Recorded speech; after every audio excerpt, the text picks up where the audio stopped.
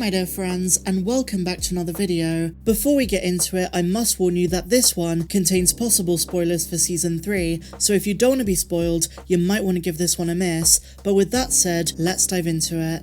I want you guys to think back to this scene in Chapter 14, The Tragedy. Once Boba Fett gets his armor back from Din, he reveals his chain code that was embedded in it. We see Jango Fett's name as well as that of his mentor, Jaster Mereel. Now the reason I bring this up is because a plot point in Season 3 is about to connect to that scene from Season 2 in a big way. Now Boba Fett himself is not a Mandalorian, but his father was. Jango was a foundling, and therefore Boba has every right to that armor, or so he thinks. The question of who has the right to wear Mandalorian armor has come up numerous times in the show, but in the expanded universe, the matter is even more prevalent and even more controversial. Various Mandalorian clans have their own views on the subject. A few months ago, a Season 3 plot leak was shared to Reddit. It included various plot points, some which seemed far-fetched, and others which actually made a lot of sense. Now, one thing that the OP mentioned is that in Season 3, outside of what takes place on Mandalore and on Nevarro, a certain group of Mandalorians are gonna come to Tatooine in search of Boba Fett. They mentioned that a Mandalorian battle is gonna ensue between our allies and this clan. For a while, it was just an unsubstantiated rumor, but the Season 3 teaser trailer does back up a lot of these claims. For one thing, we do see what looks to be a desert planet with Mando, Paz Vizsla, and other Mandalorians facing off against a mysterious clan who all seem to wear the same uniformed armor.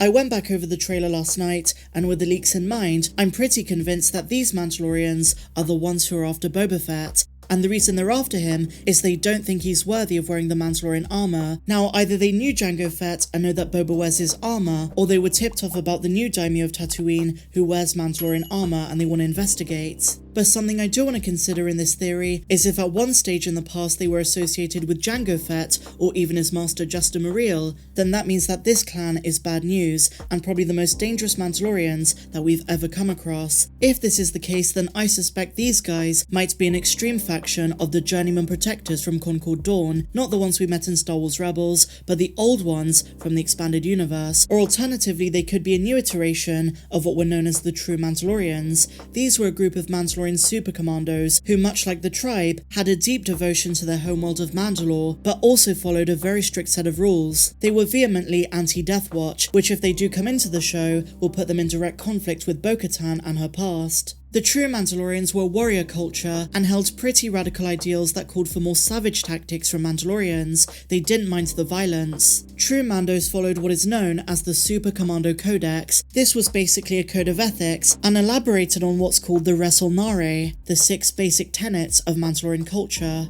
Been meaning to ask something. Mandalore tell you the Res Nare when you were adopted into his clan? Was a lot of stuff in Mandalorian. Could have been talking about the weather for all I know. Sorta what I thought. Res Nare means 6 actions, the core of Mandalorian life. Speaking the language is a big one. I could teach you, if you're up for it. These consisted of wearing armor, speaking the Mandoa language, defending oneself and family, raising your children as true Mandalorians, contributing to the clan's welfare, and finally, rallying to the cause of Mandalore, the home planet. And this final one is another big reason I think they could be included in Season 3. Now, while true Mandalorians had not been seen for many decades prior to The Mandalorian, the 3rd season is a perfect way to canonize some variation of this group who survived in hiding, just like the tribe. And from their philosophy alone, you can see why Jon Favreau and Filoni might want to include them in the show. At Star Wars Celebration back in May, Jon Favreau spoke about how Season 3 is going to be a huge learning curve for Din. He kind of teased that he's going to soften in his worldview, especially when it comes to radical teachings of the tribe, and maybe it will take him meeting Mandalorians who are just as, or more extreme than his own tribe, to realize what he'd been a part of and how damaging it really is, to realize that he doesn't need to atone to be a legitimate Mandalorian. He's already begun seeing the light in Season 2 when he met Bo-Katan and the Night Owls, but maybe it's going to take him seeing the opposite end of the spectrum to truly understand that you can be a Mandalorian without the extreme indoctrination. And something else I wonder about is if we're going to see true Mandalorians or some variety of this group, could their leader be Christopher Lloyd's character? Making Star Wars revealed that he is going to be playing an old Mandalorian clan leader whose tribe is one of 2 Mandalorian rival groups, and if they did know Jango Fett before he died and are after his armor, I wonder how they're going to react when they realize that Boba was Jango's son and also his clone. own. It's a really interesting point of conjecture, but we do have to wonder, do the new Mandalorians really have a chance when Boba has Fennec and other badass allies, and not to mention a big-ass Rancor? Now there's a battle I would love to see. But when it comes down to it, what I'm really looking forward to in the third season is the rounding up of all of the surviving Mandalorians in the galaxy. There aren't many left. Following the Great Purge, surviving Mandalorians went into hiding, and so few clans actually interacted with each other, so they don't know how many are left. Mando Season 3 can introduce new tribes, while also giving us a few familiar faces as well. We know Sabine Wren and possibly Favreau are going to play into it, but I wonder about Sabine's family and Clan Wren. How could they possibly play into another Mandalorian civil war? And this, my dear friends, brings me on to theory number 2 for this video. Some say that we've already had a hint in the trailer of a possible run-in with the Wren family. The theory goes that in the Mandalorian Season 3 trailer, Bo-Katan's throne is not on Mandalore, but rather on Krownest,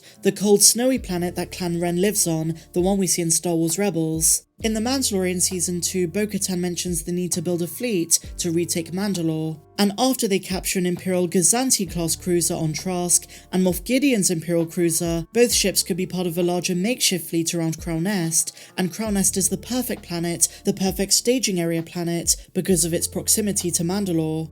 Now going back to the Season 3 teaser trailer, as I mentioned in the past, Bo-Katan, at least for the first part of Season 3, is going to be an antagonist, and she's already attempting to fashion herself as a ruler, but she doesn't have the Darksaber yet, so it's more than likely at this stage she's going to conjure up a few forces, gather up Mandalorians who support her. Aside from the Night Owls, one person who would probably be loyal to Bo-Katan is Ursa Wren, the leader of Clan Wren and mother of Sabine, and despite some fan theories, Ursa Wren is probably still alive at this point, and she might grant Bo-Katan the use of her palace on Krownest. The reason I say this is the architecture of the palace that Bo-Katan is in looks very similar to the home of Clan Wren in Rebels. There are of course differences, but that can always be chalked down to adaptation differences. Animation is always going to look different to live action. Those are just two theories I've been wanting to explore for a while now, and I think the larger picture here is Season 3 exploring the various survivors of the Purge. Mandalorians under pressure, not knowing what the future holds, having to adapt, and in many ways, having to set aside their differences in the name of the survival of Mandalore and their people, a greater cause, if you will.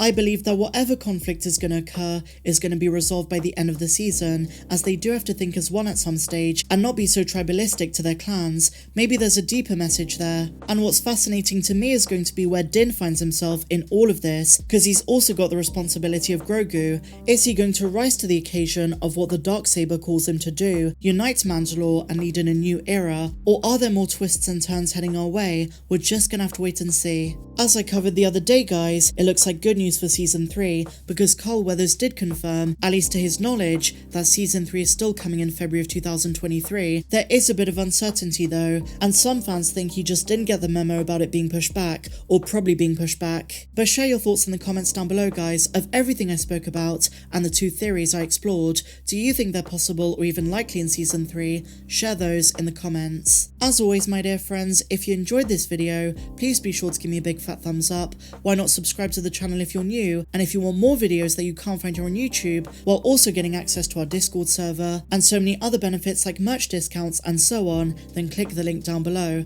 That'll take you over to my Patreon page. And I don't do this often, but I am going to plug my second channel, Meg's Cantina. That is where I post my Star Wars music mixes. Often it's lo-fi, ambience, and my own Star Wars inspired compositions, so check out Meg's Cantina and go subscribe. But until the next one my dear friends, may the Force be with you always. I'm Star Wars Meg. Have a good one.